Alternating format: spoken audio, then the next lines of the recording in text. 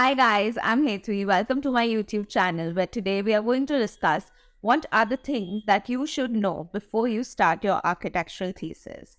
So today we are going to cover what is an architectural thesis, what should you expect in the process or what is the end goal, how do you choose a thesis topic and how do you choose a guide. So let's get started.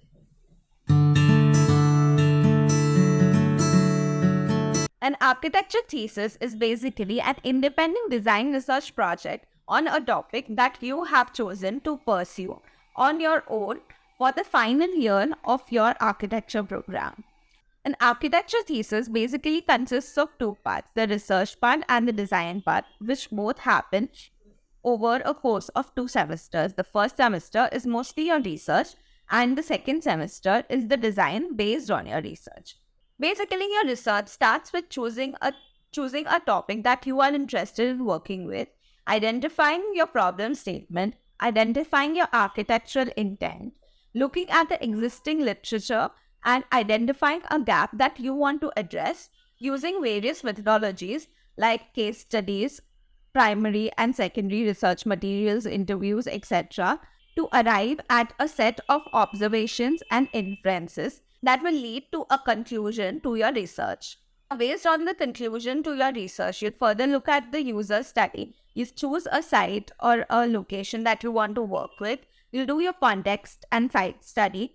You'll set your project goals. You'll have your program and you will do your regulation studies, after which you actually get into the design. The design part is something that you all must be quite familiar with by now, but I'll just brush through on the aspects of it so that you don't miss anything.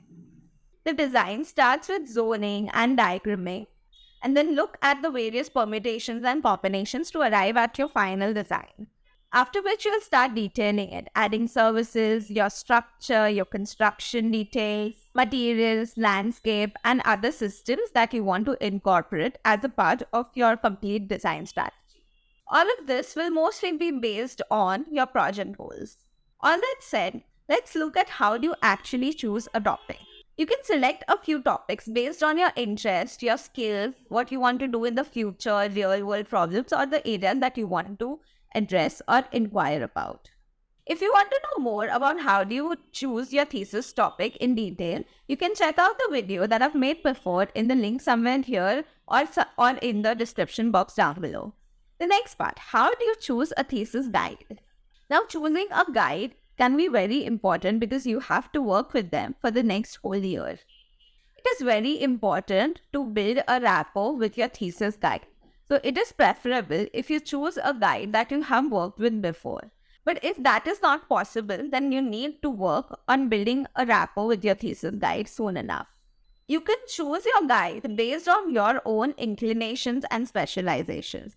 For example, let's say if I am interested in urban design or maybe something related to gender, I'll choose a guide that is also interested in urban design or gender or something that I'm weak. Or let's say I'm confident with my design skills, but I'm not really confident with my research skills. I'll choose a guide who is very good at research so that we both can balance each other out and push the project further. If you have not worked with your guide before, I would suggest that you speak to the students that have worked with them earlier and you understand how they work and how you could work with them to build your thesis project. You should also think about what you need as a person from your guide. Do you want someone who could push you to perform better? Do you want someone to handhold you? Do you want someone who could just leave you to do your thing on your own? Or are you someone who needs to build some skills or certain expertise that your guide can provide you? So you should think about yourself, who you are as a person and what you need, and think about who can help you out with those things. I think I've covered most of the initial things that you should know before starting your thesis. But if you're still not sure on how do you actually start your thesis or what are the entry points of your thesis, you can check out the video in the link somewhere here or in the description box down below. And I think that will give you a good idea to start your thesis project. If you like the content of this video and would like me to make more such video on the topic of architecture thesis, then write to me in the comments and let me know. Thank you and see you guys in the next video.